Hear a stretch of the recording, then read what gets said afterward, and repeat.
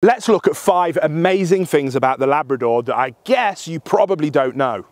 Labradors make for pretty abysmal guard dogs on the whole, but that's not a bad thing if you don't need one. Indeed, what they lack in protectiveness, they make up for in enthusiastic love and affection for pretty much everyone.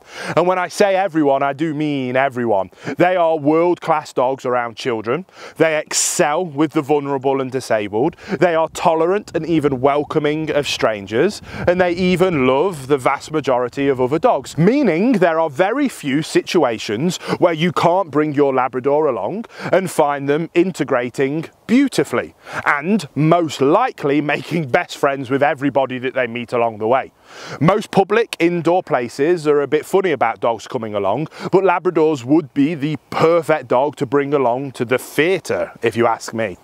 Labradors are really easily pleased. Throw a ball for them, they're thrilled. Say the word walkies and they're falling over themselves with enthusiasm. Give them a snack and they're literally vibrating with excitement. But you know what? Nothing makes this traditional working breed happier than praise and payment for a job well done.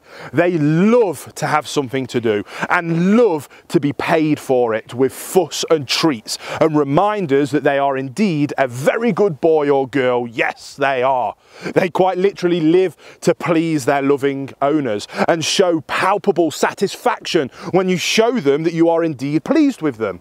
What's more, their trainability means that you can make a job out of anything for them. Stanley Coren famously ranked them in a top 10 of all breeds for trainability.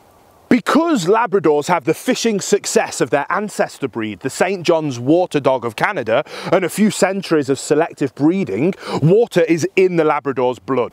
I mean, obviously all blood is mostly water, but you get what I mean. Labradors tend to be absolute lovers of the water, and when they get a chance to fling themselves in, you truly see them in their element, slicing through the water like they have gills and a propeller, positively oozing with excitement and joy. If you really want to see your lab excel, combine a swimming session with a retrieval session and chuck a buoyant ball into a lake for them, and you will be impressed with their precision and their stamina if you've never tried this before. Just remember, obviously always be water safe with your precious dog.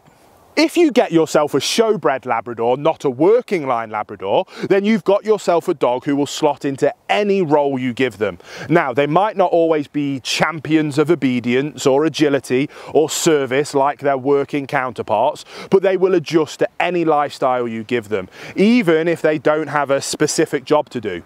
If their basic needs as a dog are met, then they can be just as happy working all day with you on a shootout in the countryside or snuggled up by the fire for most of the day, living a life of pampered luxury. Because they're versatile and adaptable, the choice is yours, and that is really not something that can be said for the vast majority of breeds out there, whose roles are pretty fixed by their genes.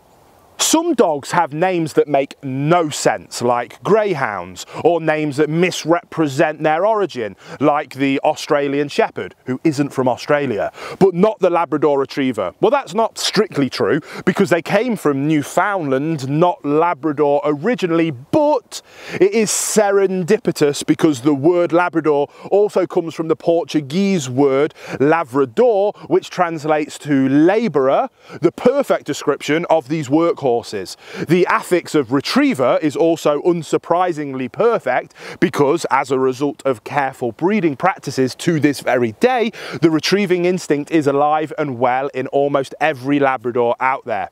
Even a young puppy with no training will typically chase a thrown object and pick it up with its famous soft mouth.